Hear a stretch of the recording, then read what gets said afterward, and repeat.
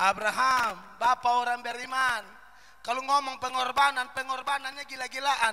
Tinggalkan aset di Ur Kasdim, pindah ke Haran. Di Haran sudah ada aset, sudah ada tanah. Tuhan panggil kedua, dia tinggalkan lagi di Kejadian 12 itu panggilan kedua. Dia tinggalkan lagi.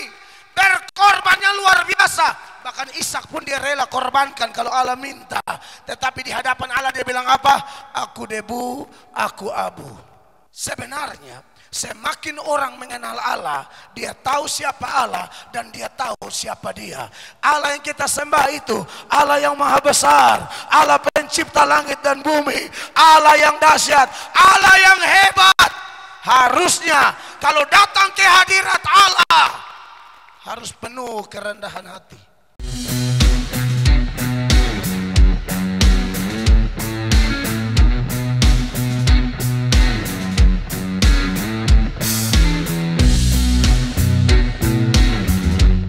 Anugerah yang luar biasa ada lagi di tanah Papua, secara khusus Papua Barat.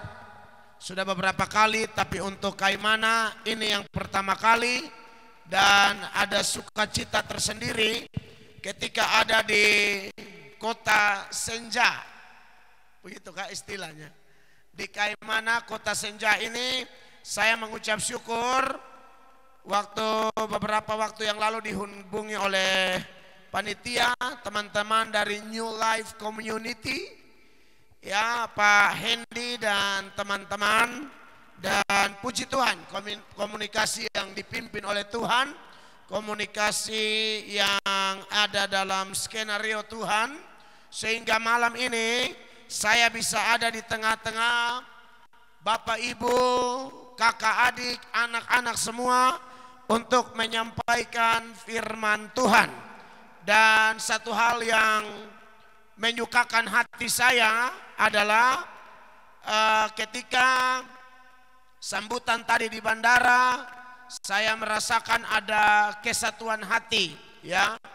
Walaupun mungkin panitia bekerja dalam waktu yang tidak terlalu lama, tetapi ada kesatuan hati dari para pendeta, hamba-hamba Tuhan, persekutuan gereja-gereja Papua, dan juga pemerintah yang Bapak Sekda sendiri hadir. Bahkan malam ini beliau juga hadir, karena kalau pejabat sudah mulai memberikan contoh, bagi saya itu adalah pintu gerbang untuk sebuah pemulihan dan perubahan, ya, atau pembaharuan. Karena kalau kita belajar di Alkitab, saudara-saudara, khususnya dari Israel, kalau pemimpinnya takut Tuhan, maka yang kita lihat di sana adalah pemulihan dan pembaharuan. Sebab tema besar yang diangkat oleh panitia dalam KKR ini adalah restored and renewed, atau dipulihkan dan dibaharui. Restored and renewed, dipulihkan dan dibaharui. Dan saya lihat itu sangat berkaitan juga dengan pemimpin-pemimpin, tak terhindarkan. Kalau pemimpinnya buruk, maka buruk pula negeri itu, khususnya di Israel, ya, pada waktu itu. Dan saya percaya sejarah suci dalam kitab suci itu dicatat untuk menjadi pelajaran bagi kita semua sampai hari ini. Yang baik, yang bagus diteladani dan ditingkatkan. Yang buruk-buruk itu juga dicatat dengan tujuan kita tidak jatuh di lubang yang sama, kita tidak jatuh di dosa yang sama. Itu tujuan Alkitab secara jujur menulis apa adanya kondisi umat Tuhan pada waktu itu.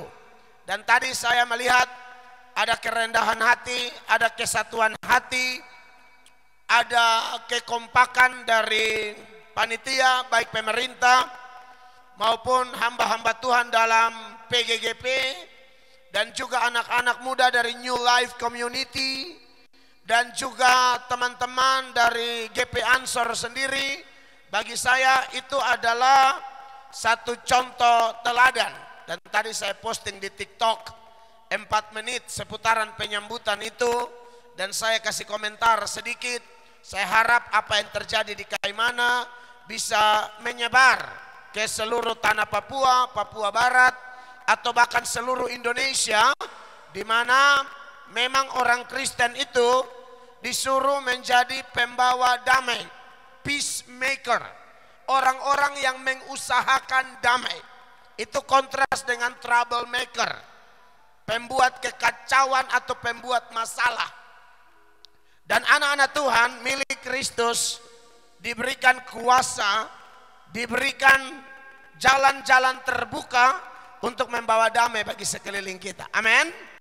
Dan puji Tuhan, saya dan istri senang walaupun perjalanan panjang kami, karena tadi malam saya ada khotbah KKR Pranatal di gereja yang digembalakan oleh Pendeta Gilbert Lumuendong.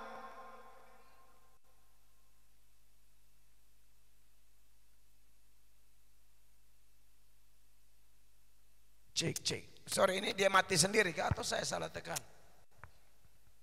Nah, tiba-tiba mati sendiri. Baik, jadi apa? Saya selesai KKR atau khotbah di GBI Glow di Tamres, Jakarta Pusat. Dan saya selesai khotbah lalu makan malam dengan Pendeta Gilbert.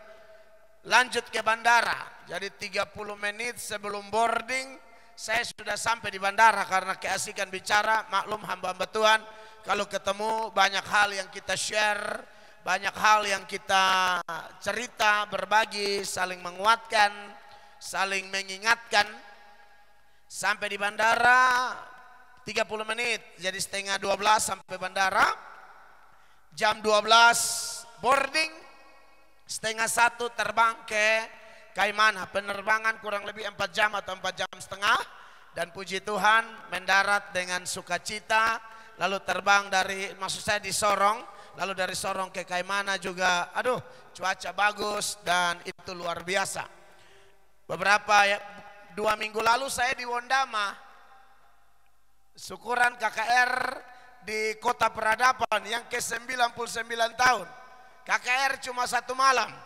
Di Kaimana ini sebenarnya cuma 1 malam KKR. Seminar 1 hari, KKR 1 malam. Tapi teman-teman bicara, katanya Pak Sekda bilang, aduh Pak Mel sudah ada nih, apa bisa juga dengan malam ini? Karena pikir malam ini saya istirahat dulu. Tapi waktu Pak Hendy kasih kabar, saya bilang hantam pelayanan ini, tetap pelayanan. Buat apa? Saya sudah sampai di sini baru tidur di hotel. Saya tidak mau. Hidupku telah dipersembahkan untuk Tuhan, harus kerja untuk Tuhan. Selagi masih kuat, selagi masih sehat, selagi masih ada kesempatan, harus memberi diri melayani sungguh-sungguh. Saya ketemu banyak orang sekalipun beragama Kristen, suka menunda-nunda, membuang-buang waktu. Nanti sudah di rumah sakit, selang infus sudah keliling semua, sudah mulai ada diagnosa dan hasil pemeriksaan dokter, katanya 6 bulan lagi mati, 3 bulan lagi mati. Di situ mulai ada janji-janji, tolong doakan aku Pak Pendeta, kalau aku sembuh, aku mau melayani Tuhan. Padahal waktu sehat kami sudah ajak. Waktu sehat sudah ada panggilan, sudah ada seruan-seruan. Ayo datang, mari, serahkan diri, cepat. Tapi belum mau, masih pikir yang lain, masih pikir perkara-perkara di bawah. Nanti sudah sakit baru munafiknya keluar. Ini masalah.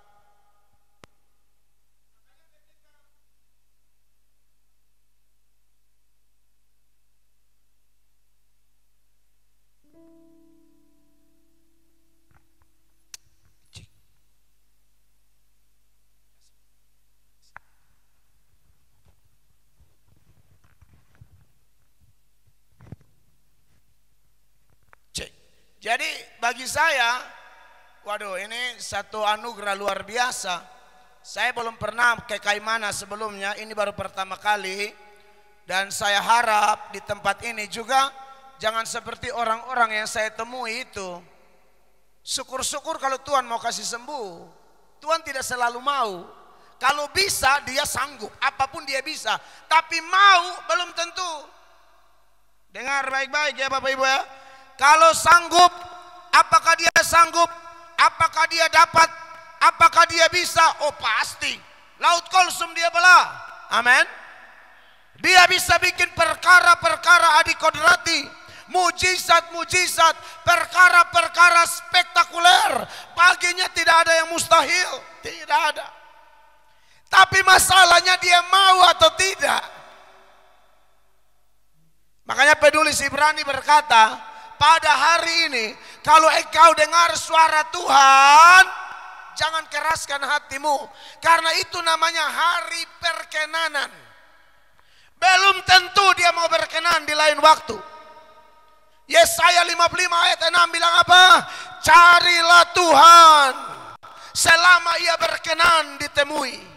Berserulah kepadanya selagi ia dekat. Artinya ada waktu di mana dia tidak mau ditemui, ada waktu di mana dia jauh. Jadi kalau dia dekat, ada seruan, ada panggilan dari juru-juru bicara Allah. Entah itu pemerintah, entah itu pendeta, entah itu pejabat atau rohaniwan, siapapun Allah bisa pakai. Menjadi perpanjangan tangannya, menjadi corong Allah untuk panggil, undang, ayo, mari, mari, mari. Tapi banyak yang suka banyak alasan. Seperti 5 gadis yang bodoh, tidak siap minyak dalam pelita. Bagian mempelai datang baru dia bingung. Aduh bagi minyak dong. Yang bijak bilang, aduh minta maaf ini tidak cukup buat kami. Kalian pergi aja membeli. Dan yang bodoh itu pergi beli. Pas datang pintu ditutup. One day the door to be closed. Suatu hari nanti pintu akan ditutup. Sebagaimana bahtera Nuh itu ditutup. Yang tutup bukan Nuh, bukan. Allah yang tutup. Nuh itu diberikan tugas bikin bahtera di usia 500 tahun. Bahtera selesai di usia Nuh 600 tahun. Nuh kerja untuk menyiapkan bahtera 100 tahun. Dan dia bukan cuma kerja, dia kerja sambil khotbah. Dia kerja sambil beritakan Injil. Makanya kalau kita buka dalam 2 Petrus pasal 2 ayatnya yang kelima, di situ ada informasi dari Simon Petrus bahwa Nuh itu pemberita Injil. Bapak Ibu perhatikan ayat ini. Dan jikalau Allah tidak menyayangkan dunia purba, ya, tetapi hanya menyelamatkan Nuh pemberita kebenaran itu. Nuh pemberita kebenaran itu, sampai di situ. Jadi Nuh tuh kerja bahtera sambil berteriak, ayo mari cepat, ini air bah mau datang nih, cepat. Murka Allah tidak bisa tahan lagi, cepat, cepat, cepat. Orang tidak mau. Bagian bahtera ditutup, baru apa kalau kami di NTT bilang hilang kira. Hilang kira tuh kaget, aduh bagaimana ini? Nuh bilang kalau saya yang pegang pintu sih aman.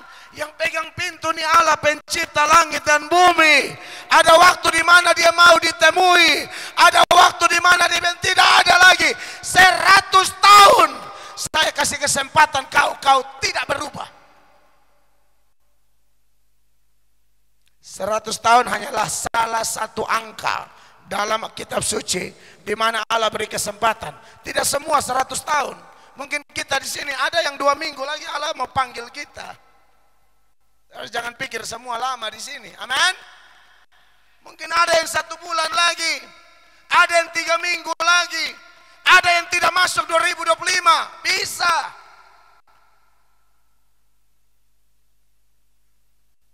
Oleh karena itu, Bapak Ibu jemaat, saya pikir tema ini adalah tema yang luar biasa, ya.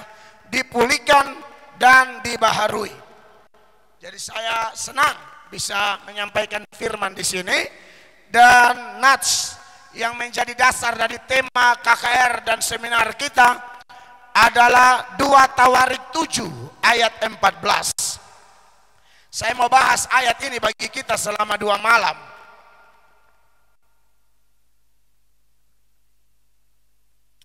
Ayat ini sangat kaya dengan pelajaran rohani. Mari Bapak Ibu, siapkan kitab suci Anda atau sudah ditayangkan di belakang. Kita baca sama-sama dalam hitungan ketiga. 1, 2, dan 3. Dan umatku yang atasnya namaku disebut, merendahkan diri, berdoa dan mencari wajahku, lalu berbalik dari jalan-jalannya yang jahat, maka aku akan mendengar dari sorga dan mengampuni dosa mereka, serta memulihkan negeri mereka. Beri tepuk tangan buat firman Tuhan ini. Bapak Ibu, ini firman datang kepada Salomo ya setelah dia selesai melakukan satu proyek besar, yaitu membangun bait Allah pertama. Ini adalah penampakan kedua Tuhan kepada Salomo, lalu firman ini muncul. Saudara-saudara yang diberkati oleh Tuhan Yesus, seperti yang saya katakan tadi bahwa firman Allah yang terjadi pada ribuan tahun yang lalu, bahkan dari saat manusia pertama diciptakan sampai ke Nuh yang saya singgung tadi, Abraham dan seterusnya sampai kepada Musa, Yosua, para hakim-hakim, sampai kepada raja-raja, semuanya itu tetap relevan sampai kapanpun. Mungkin zaman boleh berbeda, tetapi data-data kitab suci tetap menjadi alat dalam tangannya supaya jemaat bisa belajar, bisa tahu apa yang boleh dan apa yang tidak boleh. Ya, saya contohkan beberapa data firman Allah sebagai contoh di zaman Musa saja. Di zaman Musa itu, Bapak Ibu terkasih, orang Israel itu memang, kepala batunya luar biasa. Kepala batu luar biasa. Kepala angin, melawan, tegar tengkuk. Sekalipun Allah sudah berkali-kali menunjukkan kehebatan Allah di depan mereka. Seperti yang saya singgung tadi, Laut Kulsum, itu mujizat besar. 10 tula Sungai Nil airnya berubah menjadi darah. Tula nyamuk, belalang, lalat, hujan es, sampai kematian anak-anak sulung. Belum lagi tiang awan, tiang api, roti dari sorga, burung puyuh, dan sejumlah mujizat-mujizat peperangan. Tapi sekalipun begitu banyak mujizat, bangsa ini tidak bertobat. Mereka itu semua yang Allah sapu kasih rata, Tuhan kasih mati semua di padang gurun. Itulah generasi Musa yang tidak diizinkan Allah masuk tanah Kanaan. Jadi ternyata tidak jaminan banyak mujizat terjadi di satu kota, tidak jaminan banyak mujizat terjadi di satu gereja. Pertobatan sejati ternyata tidak datang dari banyaknya mujizat.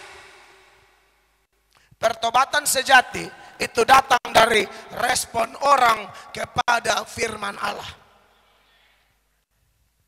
Gereja pertama lahir pada hari Pentakosta.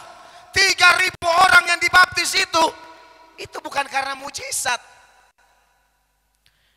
Sebelum mereka menyerahkan diri dibaptis, ada perbuatan-perbuatan ajaib, tanda-tanda heran, tiupan angin keras, lidah-lidah api, glosolalia atau orang berbahasa lidah, bahasa roh, ada belasan bahasa, Kapadokia, Partia, Elam, bahasa Arab, bahasa Itali dan lain sebagainya, bahkan ada Asia. Tapi itu tidak membuat orang-orang itu bertobat, tidak. Lalu mereka bertobat gara-gara apa? Gara-gara khotbah Simon Petrus. Gereja pertama lahir karena pemberitaan firman. Apakah yang hadir di sana cuma 3.000? Tidak. Mungkin bisa jadi 30.000. Tapi yang bertobat cuma 3.000. Seperti Pak Sekda bilang, ada 64.000 atau 60 berapa ribu penduduk. Tapi tidak semua mungkin. Tapi tidak apa-apa. Seberapa yang hadir di sini, percayalah, tidak ada satu orang pun bisa datang kepada Yesus kalau tidak ditarik oleh Bapa. Paulus berkata, aku menanam, Apolos menyiram, tapi pertumbuhan adalah Allah. Tidak ada pendeta hebat, tidak ada. Tidak ada. Yang hebat itu adalah Yesus Kristus Tuhan. Maka dari itu, saya nggak usah pakai musik ya. Sorry, saya tidak biasa ya. Makasih, mantap buat inisiatifnya. Saudara-saudara yang diberkati oleh Tuhan Yesus. Jadi, sebagai hamba Tuhan Yesus Kristus, saya senang kalau KKR seperti ini, yang ditonjolkan adalah firman Allah. Saya juga ada talenta lucu. Tapi iman tidak bertumbuh dari lawak. Lucu, Anda bisa ketawa, Anda bisa gembira, tapi itu jenis tanah hati yang tidak dikehendaki Allah. Tolong baca di Matius nanti tentang jenis tanah hati. Salah satu jenis tanah hati adalah dengar firman, gembira, tapi pulang murtad. Allah tidak mau. Saya nih orang Indonesia Timur asli, NTT, Maluku, Papua, Sulawesi, suka ketawa, suka lawak. Tidak ada yang salah dengan komedi, tidak ada yang salah dengan humor, selagi itu pas-pas. Pas-pas, bukan dilarang sama sekali. Pas-pas. Amin. Takutnya mendominasi, kasihan.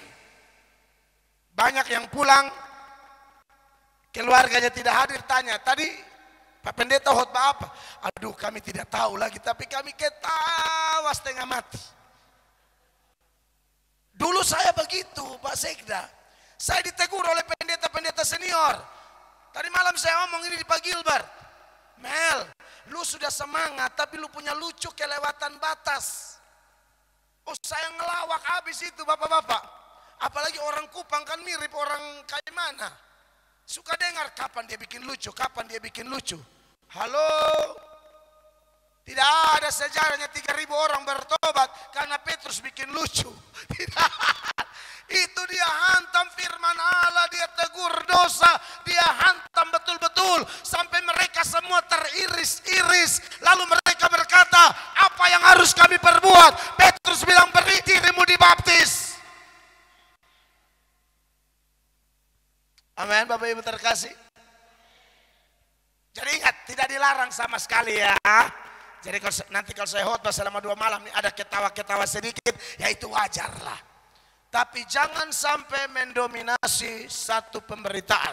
Apalagi pesan firman menjadi kacau, menjadi menurun nilainya gara-gara lucu. Nah, saudara-saudara yang diberkati oleh Tuhan Yesus Kristus, maka pengajaran firman itu begitu penting. Apalagi yang berkaitan dengan sejarah. Makanya kekasih Allah, kalau kita lihat tema besar kita nih, dipulihkan dan dibaharui. Betul ya Pak Hendi ya? Dipulihkan dan dibaharui, restored and renewed. Wow. Orang kayak mana nih, terlalu banyak bule datang sini ya. Tadi di pesawat tuh bule semua. Itu penyambutan tadi bule-bule pikir sambut mereka ya. Saya juga bingung, ini sambut bule atau saya? Waktu ada panitia angkat tangan, saya angkat tangan, itu bilang, bukan kita, itu untuk itu bule-bule. Saya bilang, aduh saya sangka saya. Serius, waktu penyambutan tadi tuh, saya tidak sangka bahwa saya yang disambut. Iya toh? Karena sudah kulit hitam pendek begini, tuh kulit putih tinggi-tinggi semua, lebih layak disambut sebenarnya. Ternyata semakin dekat, kita betul, luar biasa. Siapa sambut hamba Tuhan dengan tulus, seperti sambut Tuhan. Tuhan yang omong begitu. Nah, saudara-saudara, berkaitan dengan tema kita, dipulihkan dan dibaharui. Poin pertama, siapakah, ini pertanyaan, siapakah yang dipulihkan dan dibaharui? Yang dipulihkan dan dibaharui seturut 2 Tawarik 7 ayat 14, bukan orang kafir, umat Tuhan, umatku. Kristen itu diajar, kita tidak usah lihat orang dulu. Penyebab orang tidak bertobat adalah lihat orang, tidak lihat diri. Lihat balok di mata orang, tapi tidak lihat selumbar di matanya. Sampai mati tidak akan bertobat. Kalau ada suami hanya lihat kesalahan istri tanpa memperhatikan kondisi rohaninya, letak kejatuhannya, letak kekurangannya, dia hanya bilang pokoknya istriku salah, istriku salah, istriku salah. Sebaliknya istri juga bilang begitu, suami yang salah, paitua yang salah, pace yang salah, tidak akan bertobat. Benar Bapak Ibu? Adam bikin dosa, Hawa bikin dosa, yaitu sama tuh, satu paket. Tuhan tanya, walaupun dimulai dari Hawa, Adam, ya, secara garis besar, Adam tolong dulu jelaskan bagaimana ini. Kenapa begini? Bukannya mengaku, harusnya Adam mengaku, Tuhan, aku kepala keluarga gagal, aku tidak jaga istriku, aku tidak hati-hati, ampuni aku. Harusnya begitu. Ini tidak begitu. Kenapa Adam? Kenapa saya sudah bikin aturan kok kalian langgar? Adam bilang perempuan.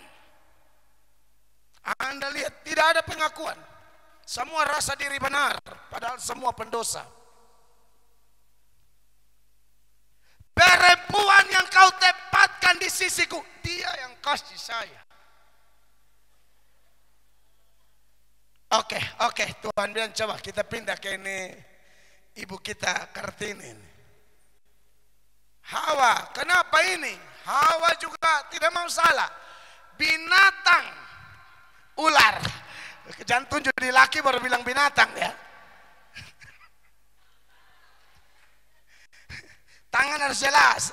Di sini ular, di sini laki. Jadi binatangnya. Jangan bilang binatang. Dosa itu. Bapak Ibu, binatang dia yang suruh aku makan.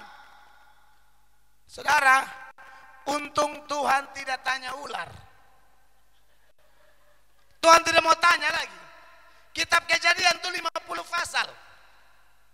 Andai kata Allah tanya ular, Kejadian menjadi 150 pasal. 100 pasalnya tuding menuding. Tidak selesai.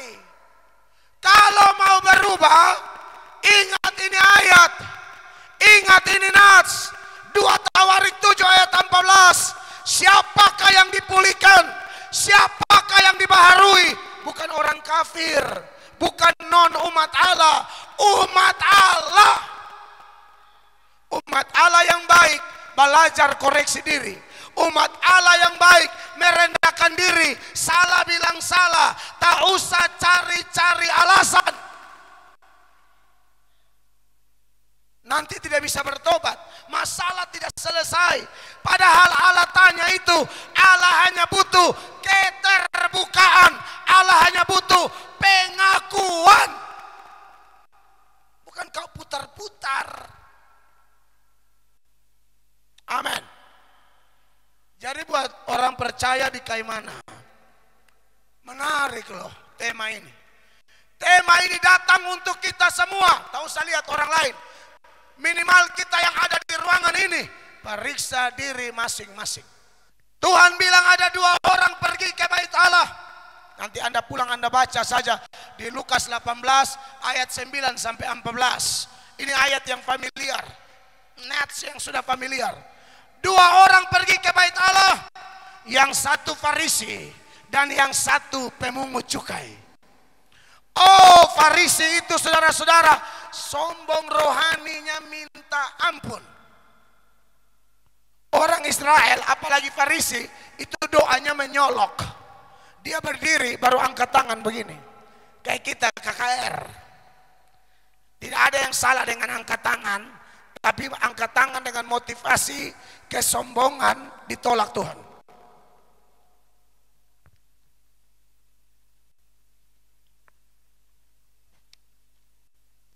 Aku mengucap syukur kepadamu Allah, karena aku tidak sama seperti orang lain. Wah, ini tanda-tanda tidak baik. Sombongnya minta ampun. Padahal Bapak Abraham aja datang kepada Tuhan dalam Kejadian 18 ayat 27. Bapak Abraham bilang begini, aku terlalu berani berbicara dengan engkau, padahal aku abu, aku debu. Coba baca dulu Kejadian 18:27. Abraham menyaut, sesungguhnya aku telah memberanikan diri berkata kepada Tuhan, Ya. walaupun aku debu dan abu. Abraham, bapak orang beriman. Kalau ngomong pengorbanan, pengorbanannya gila-gilaan. Tinggalkan aset di Ur Kasdim, pindah ke Haran. Di Haran sudah ada aset, sudah ada tanah. Tuhan panggil kedua, dia tinggalkan lagi di Kejadian 12 itu panggilan kedua. Dia tinggalkan lagi. Berkorbannya luar biasa. Bahkan Ishak pun dia rela korbankan kalau Allah minta. Tetapi di hadapan Allah dia bilang apa? Aku debu, aku abu. Sebenarnya semakin orang mengenal Allah, dia tahu siapa Allah dan dia tahu siapa dia. Allah yang kita sembah itu Allah yang maha besar, Allah pencipta langit dan bumi, Allah yang dahsyat, Allah yang hebat. Harusnya kalau datang ke hadirat Allah harus penuh kerendahan hati. Tapi Farisi itu bilang apa? Aku bersyukur, aku tidak seperti orang lain. Aku bukan pezina, aku bukan orang lalim, aku bukan perampok, bla bla bla bla. Aku beri perpuluhan, aku puasa 2 kali seminggu. Anda lihat di daerah saya, gereja saya puasa 1 kali seminggu. Dia pun 2 kali seminggu. Dan aku tidak seperti pemungut cukai ini. Anda lihat ini manusia. Sibuk memegahkan kehebatannya dan sibuk merendahkan orang lain di hadirat Allah.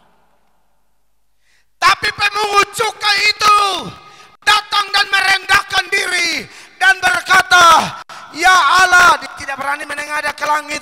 Ya Allah, kasihanilah aku, orang berdosa ini. Yesus bilang, pemungut cukai itu dibenarkan, Farisi tidak dibenarkan. Siapa merendahkan diri, ditinggikan. Siapa meninggikan diri, direndahkan. Hei orang Kaimana, rendahkanlah dirimu. Kalau kau mau lihat negeri ini dipulihkan, tak usah lihat orang lain, tak usah lihat yang lain. Kita di dalam sini, periksa dirimu masing-masing. Sebab yang dipulihkan dan dibaharui dalam 2 Tawarik 7 ayat 14 adalah umat Tuhan. Ini bangsa dari masa ke masa suka sekali mempermainkan anugerah. Ini Israel. Sering sekali mempermainkan belas kasihan Tuhan. Saudara baca aja dari zaman ke zaman. Apalagi kalau baca seluruh hakim-hakim itu. Aduh, siklusnya sangat monoton. Orang Israel. Pas lagi baik-baik saja, lupakan Tuhan, sembah berhala, cari Allahnya masing-masing. Lalu Allah tegur mereka, Allah pakai bangsa-bangsa di sekeliling mereka, Midian, Filistin dan lain sebagainya. Allah pakai hantam mereka. Lalu mereka sudah terjepit, mereka berseru minta jalan keluar, minta pertolongan. Allah bangkitkan hakim-hakim. Ada Gideon, ada Yefta, ada Deborah, segala macam. Pada waktu hakim-hakim pimpin mereka, mereka aman.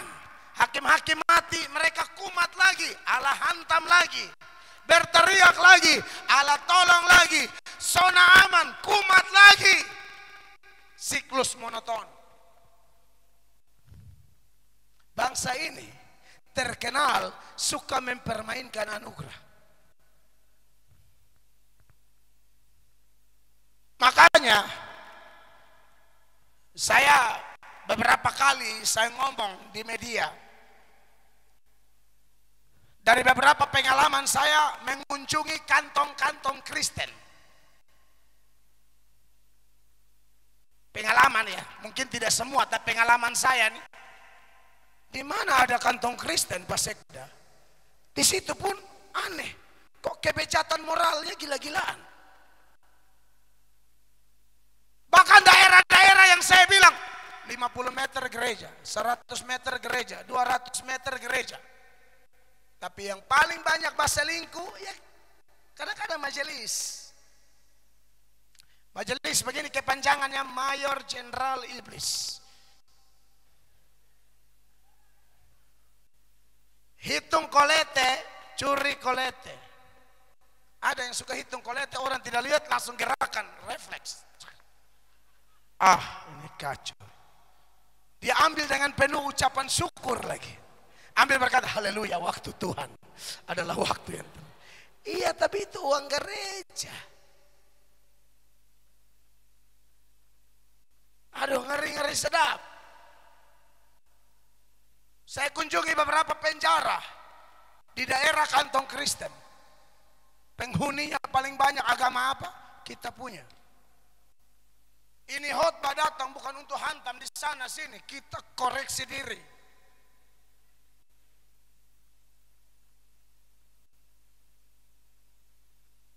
Data yang AIDS, HIV maksudnya di Kaimana, saya sudah kasih informasi, itu data yang disurvei sudah hasil survei Bapak ya, 415.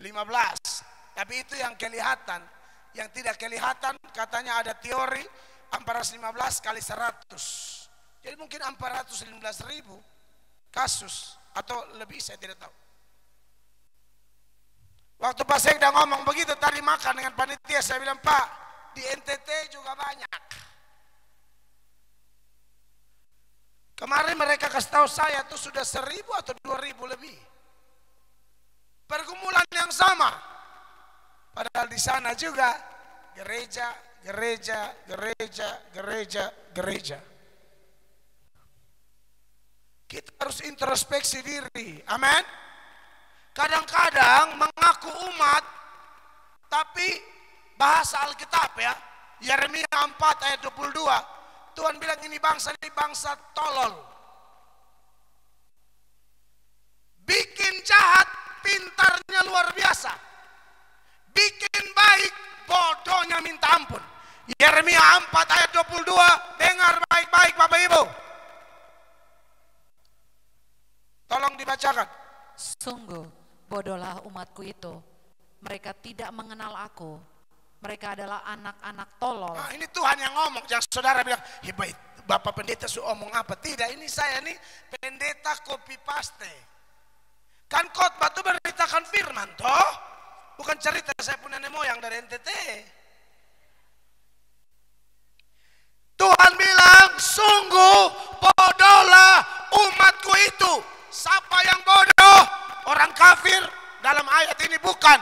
Allah yang saya tidak urus kafir dulu. Saya urus yang mengaku bilang umat Allah bodoh, tolol. Mereka tidak kenal aku. Lanjut. Mereka pintar untuk berbuat jahat, tetapi untuk berbuat baik mereka tidak tahu. Anda lihat itu. Tahu apa itu dosa? Dosa itu adalah kepasifan untuk kehendak Allah dan keaktifan untuk apa yang tidak dikehendaki Allah. Yang Allah larang mereka aktif, yang Allah perintahkan mereka pasif. Itu namanya dosa. Makanya pintar bikin jahat, bodoh bikin baik.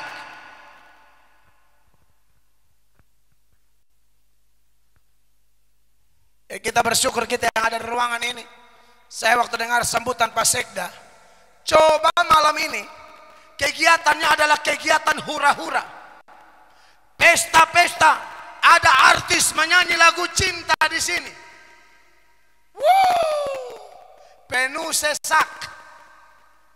Itu benar Bapak Sekda, ini firman sudah ngomong. Dan Yesus berkata ada dua jalan. Ada jalan yang lebar namanya jalan menuju kebinasaan. Dan ada jalan yang sempit, namanya jalan menuju kehidupan.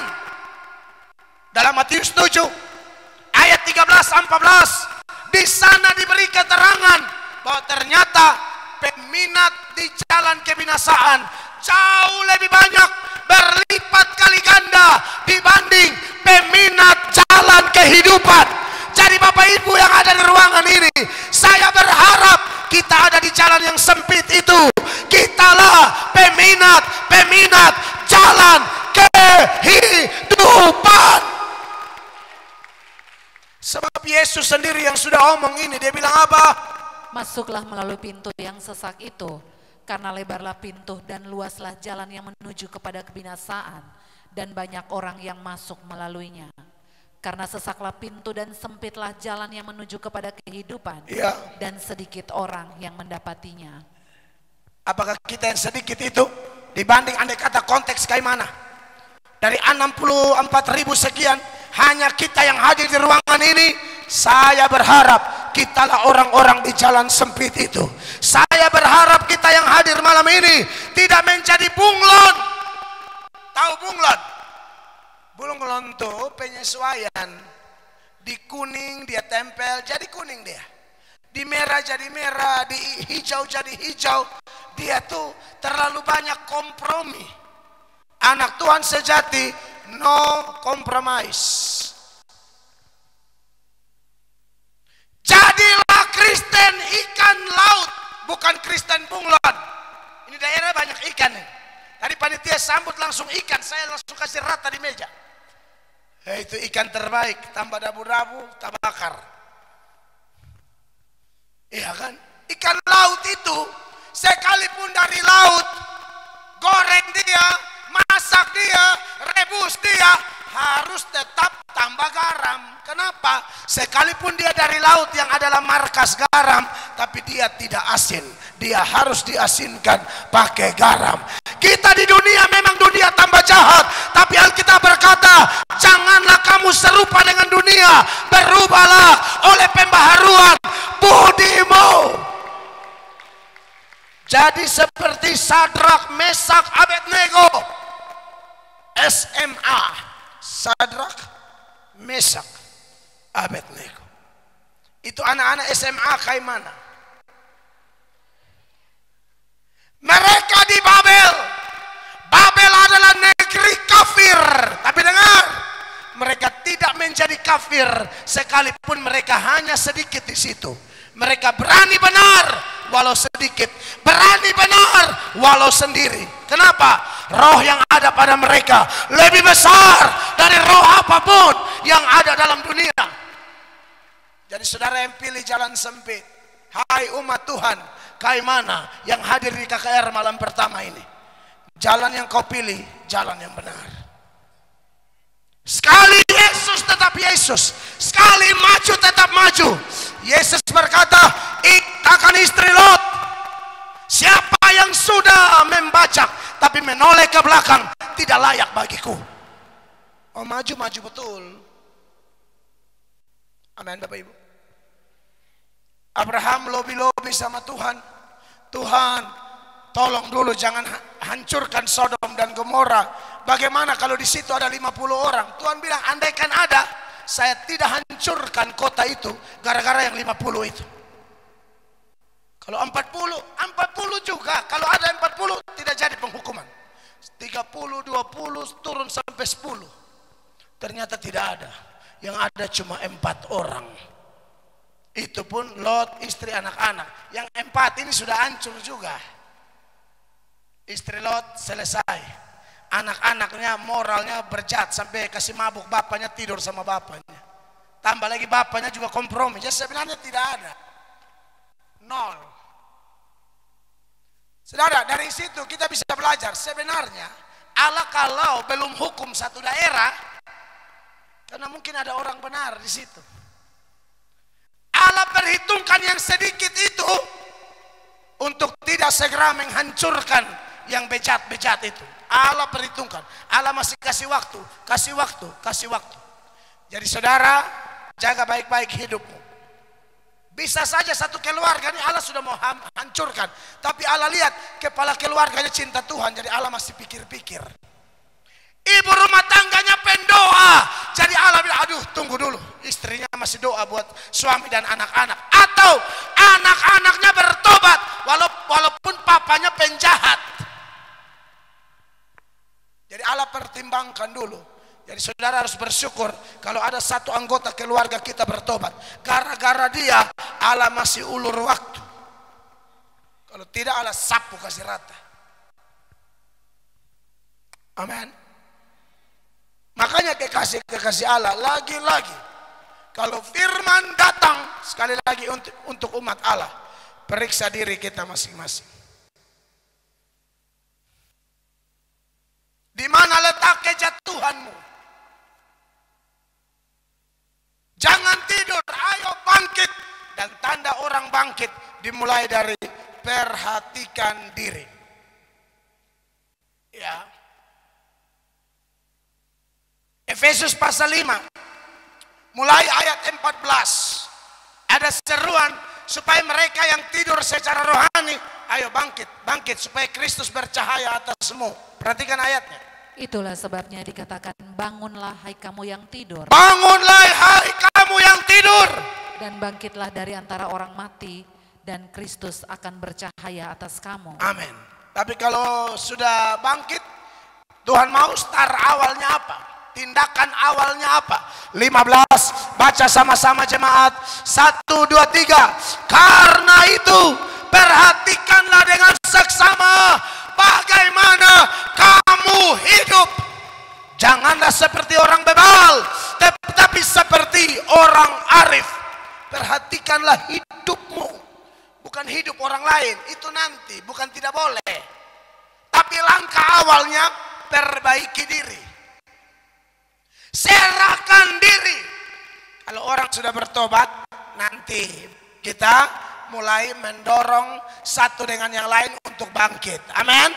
Sebab kalau kita tidak bertobat, berharap orang lain bertobat, tunjuk sana, tunjuk sini, tapi tidak pernah dimulai dengan tunjuk diri, repot. Ini namanya munafik. Makanya Yesus bilang apa di Matius 7? Mulai ayat 3 itu. Kepada mereka yang suka melihat kesalahan orang tanpa koreksi diri, Yesus bilang begini. Mengapakah engkau melihat selumbar di mata saudaramu? Mengapa engkau melihat selumbar di mata saudaramu?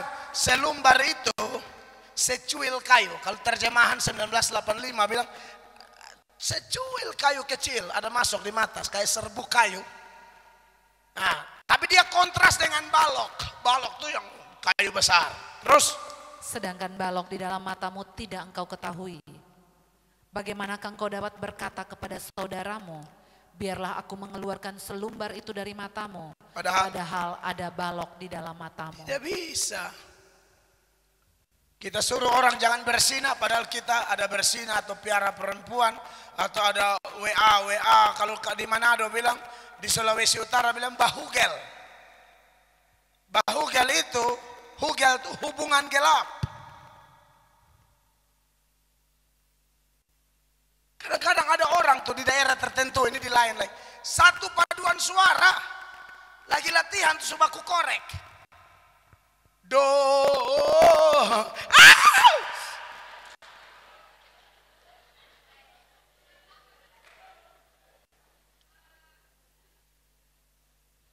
Jadi pas angkat nada do dia korek. Ingat di sana balap dan sabar Banyak itu kasus-kasus. Bahugel, hubungan gelap. Satu gereja, satu pelayanan. Kok bisa ada hubungan gelap? Ada pendeta-pendeta tuh yang ramah sekali. Tahu ramah? Rajin jamah. Dan dia jamah selalu yang muda-muda, minimal janda anak 2. Kalau oma-oma dia tidak jamah, mau mati-mati di situ, yang penting janda. Kurang aja.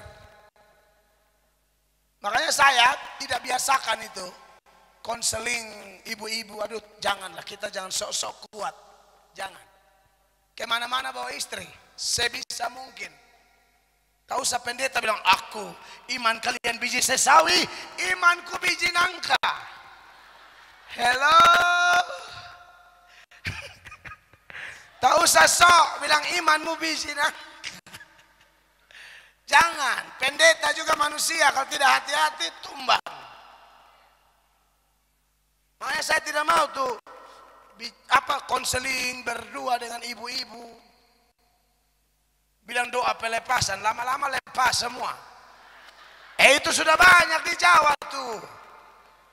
Dia bukan lepas setan, lepas baju, lepas celana. Gila berat. Itu banyak terjadi.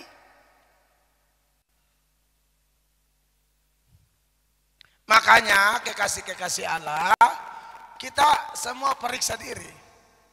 Amin. Setelah dipulihkan, bertobat, periksa diri, hai umat Tuhan. Nah, itu kita akan dipakai untuk menolong orang lain. Lanjut dulu. Ayat itu. Hai orang munafik. Hai orang munafik. Keluarkanlah dahulu balok dari matamu. Nah itu dia. Keluarkanlah dulu balok dari matamu. Maka engkau akan melihat dengan jelas. Nah ini baru jelas. Untuk mengeluarkan selumbar itu dari mata saudaramu. Boleh keluarkan selumbar dari mata saudara. Bantu saudara yang jatuh untuk bangkit kembali. Yang sedang bengkok, luruskan kembali ke jalan yang lurus. Boleh. Tapi kitanya bertobat dulu. Amin, kekasih Allah. Makanya di Ibrani 10 ayat 24 suruh kita saling mendorong. Nah, itu benar. Itu benar. Perhatikan. Memang kamu telah turut mengambil bagian dalam penderitaan orang-orang hukuman. Ibrani 10 ayat 24 ya. Ibrani 10 24. Marilah kita.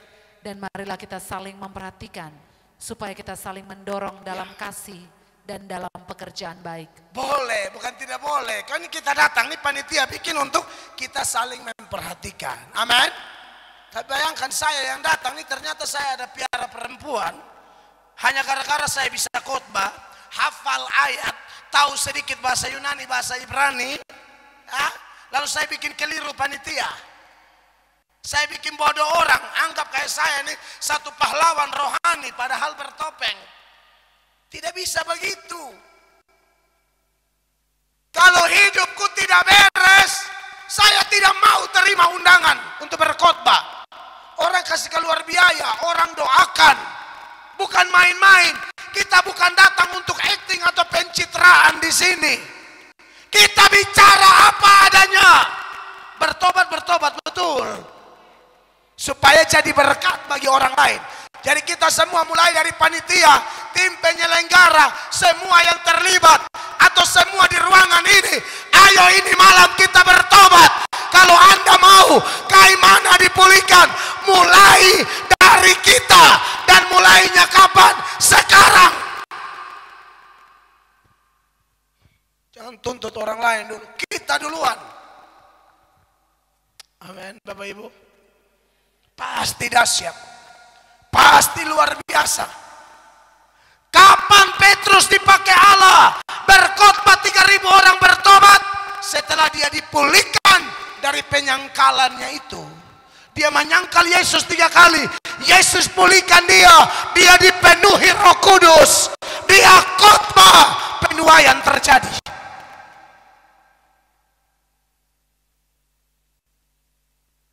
Saya sayang pendeta-pendeta gabungan gereja-gereja Papua. Saudara, pikirkan apa yang Pak Sekda bilang. Di sini sih enak. Kapanpun pendeta dari sana tinggal dari Sorong terbang ke Kaimana. Tapi bagaimana yang di ujung utara, ujung mana sana? Saya lihat salah satu di daerah keliling-keliling, pemerintah di tanah Papua kebanyakan itu peduli gereja. Kalau pemerintah sudah peduli begitu, pendeta-pendeta harus lebih cepat jemput bola. Amin. Jangan hanya bangun gereja tapi tidak mau kerja karena dana dari pemerintah ada. Tolong Bapak Ibu terkasih, saya mohon dengan hormat. Saudara, enak kami di NTT tidak ada modal kayak pemerintah Papua. kau kerja sendiri. Saya pergi ke Wondama, itu pendeta-pendeta bilang apa? Kami terima kunci, Pak. Gereja jadi hanya pergi terima kunci, enak banget. Saya melayani, pemimpin saya bilang, Mel, jangan ambil bagianmu, sumbangkan kembali ke gereja. Siap. Bagian saya sumbang kembali. Puji Tuhan, istri PNS, jadi makan dari istri penggaji. Waktu awal, benar ini, saya berani ngomong, ini nanti diposting di media sosial. Satu kupang tahu, omong jangan tutup-tutup. Amin. Gereja tidak ada plafon. Saya pergi satu khotbah.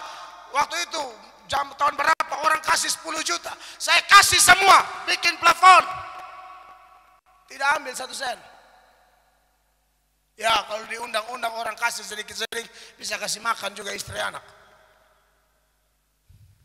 Jadi kita harus bersyukur. Saya ini kalau sampai ada pendeta tinggal di tanah Papua, pemerintahnya berkorban, lalu Anda tidak semangat, ini malam lebih baik bangkit. Bangkit. Andai kata saya omong begitu, ternyata saudara sudah bangkit. Berarti ini Tuhan utus saya bicara ini supaya kita tambah menyala, tambah tabakar, menyala abangku.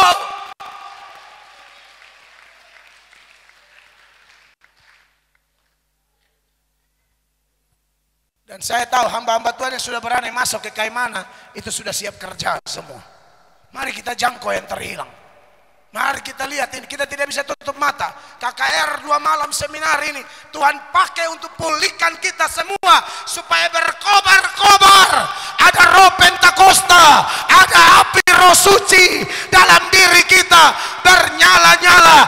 Kabar Injil, jangkau yang terhilang.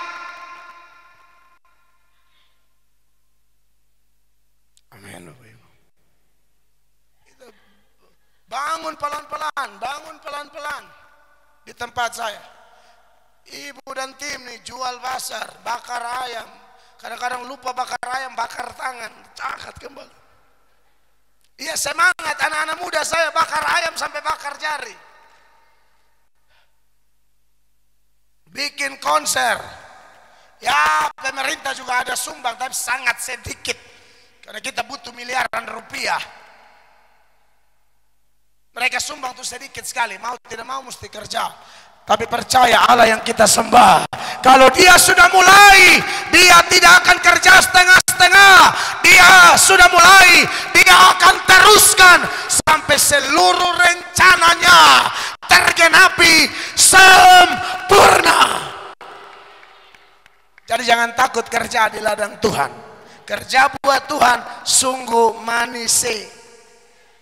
Walaupun pikul salib terlalu manis. Amin. Bapak Ibu terkasih, orang Kaimana, poin penting di malam pertama ini, koreksi diri, bikin komitmen, belajar dari anak bungsu yang hilang itu. Betul, dia punya sisi negatif. Negatifnya dia apa? Pergi tinggalkan rumah bapak. Kenapa dia pergi tinggalkan rumah bapak? Di rumah bapak banyak aturan. Anak ini mau bebas. Anak ini tidak mau diatur. Semua Anda yang tidak mau diatur, Anda model seperti si bungsu itu. Dan tahukah Anda, manifestasi dari sikap hati yang sombong adalah tidak mau diatur.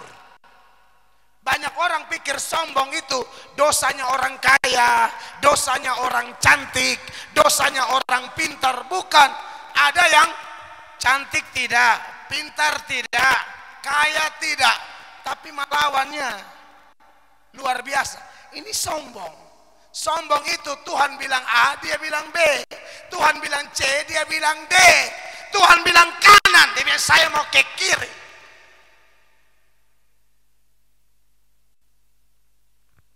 Itu salah satu manifestasi kesombongan. Dan tahukah Anda, itu dosa dari setan. Setan itu mantan malaikat yang tidak mau diatur. Lalu dia mulai coba menulari manusia, dan akhirnya manusia pun jatuh dengan model yang sama, mau jadi sama dengan Tuhan Allah. Tuhan atur lain, manusia bikin lain. Siapa yang goda? Setan. Jadi Anda yang Tuhan minta bikin lain, Anda bikin lain, setan ada padamu. Cepat bertobat supaya setan lari. Kalau tidak, dia tidak akan lari. Yakobus 4 ayat 7. Anda tidak tunduk kepada Allah, dengar, setan ada padamu. Tolong baca dulu Yakobus 4 ayat 7. Karena itu tunduklah kepada Allah dan lawanlah iblis, maka ia akan lari daripadamu. Kalau tidak tunduk, dia ada padamu.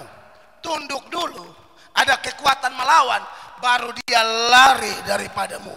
Kalau tidak, setan ada padamu. Tuhan bilang ada roh jahat dalam diri orang. Mungkin karena doa, karena pelayanan tertentu, setan itu keluar. Tapi saudara pikir dia keluar terus? Oh tidak. Saat dia balik. Satu saat dia balik.